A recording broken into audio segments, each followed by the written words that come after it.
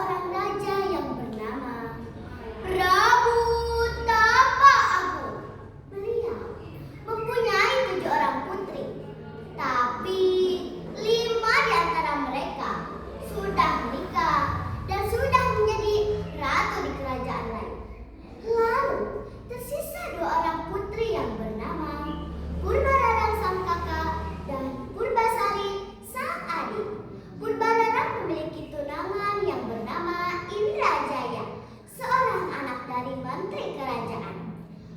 Pada suatu hari, karena Prabu Tapaagung sudah tua, ia berpikir untuk menunjuk Purbasari sebagai penggantinya karena ia bijaksana dan baik hati, sedangkan kakaknya Purbararang memiliki sifat buruk. Aku sudah tua, saatnya aku turun tahta. Aku akan menunjuk Purbasari sebagai penggantiku. Aku lebih tua daripada Purbasari. Harusnya ayah memilihku. Ya, yang mulia. Seharusnya Purbararang menjadi penerusmu. Tidak bisa. Keputusanku sudah bulat. Kemarahan yang sudah memuncak membuat Purbararang mencelakai adiknya. Ia meminta seorang penyihir untuk menyihir Purbasari. Hei penyihir, bisakah kau menyihir Purbasari menjadi jelek? Tentu bisa, Tuan Putri. Tapi apa imbalan untukku? Aku akan memberi emas yang banyak. Yang penting Purbasari menjadi jelek. Tentu, Tuan Putri. Penyihir pun membacakan mantra. Setelah itu, baiklah Tuan Putri, aku akan membacakan mantra agar Purbasari celaka. Bim salabim, bim salabim, bim salabim, abrakadabra. Keesokan paginya, Purbasari menjadi jelek dengan kulitnya yang berbintik-bintik hitam. Apa yang terjadi pada diriku? Mengapa gantungnya hitam dan gatal? Orang terkutuk seperti dia tidak pantas untuk menjadi seorang ratu. Purbasari harus disingkirkan. Betul, putriku. Pengawal, cepat usir dia. Baik, tuanku, akan saya laksanakan. Langkah kakinya perlahan menjauh dari gerbang istana, diiringi tatapan dingin para pengawal.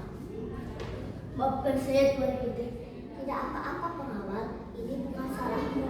Sebagai pembenaran, maafku, saya akan membuat gubuk untuk tempat tinggal Tuan Putri. Pengawal itu segera membantu. Setelah itu, Tuan Putri, saya mohon pamit untuk segera ke istana. Terima kasih, pengawal. Purbasari pun tinggal sendirian di hutan.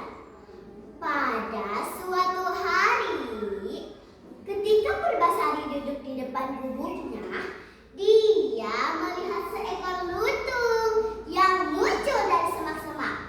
Uak, uak, uak. Siapa kamu? Uak, uak. Tuan Putri, jangan takut. Nama saya Lutung Kasarung. Saya hanya ingin berteman dengan Tuan Putri. Uak, uak. Baiklah, aku akan berteman denganmu. Akhirnya, Purbasari dan Lutung Kasarung berteman. Lutung Kasarung sangat perhatian dengan membawakan bunga-bunga yang indah kepadanya. Pada suatu malam bulan purnama, Lutung Kasarung ke tempat sepi, lalu berdoa memohon kepada Tuhan. Lutung, apa yang kamu lakukan? Tiba-tiba terdapatlah sebuah telaga kecil di depan mereka yang sangat indah. Airnya jernih, berkilau bagai cermin, memantulkan cahaya lembut yang menenangkan hati. Wah, wah, Tuan Putri, mandilah di telaga ini.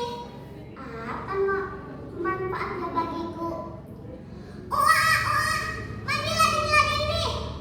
Akhirnya, Purbasari memandilah di telaga.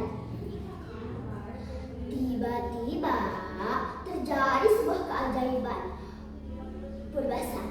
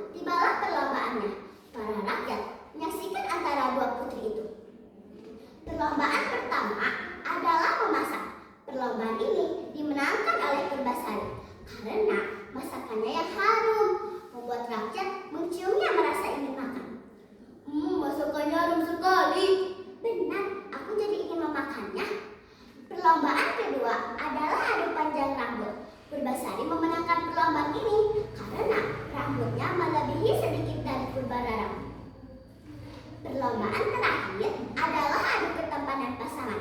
Purbalarang berpasangan Indrajaya. Wah, dia terlihat tampan. Dia juga terlihat gagah ya. Lutung Kasarung lalu berdoa. Tiba-tiba terjadi sebuah keajaiban. Lutung Kasarung berubah menjadi pemuda tampan melebihi Indrajaya. Hah, Lutung, kau ternyata adalah seorang pangeran. Ya putri, aku adalah seorang pangeran, tapi aku telah disihir oleh penyihir menjadi lutung. Hanya cinta sejatilah yang dapat menghilangkan kutukannya. Baiklah, aku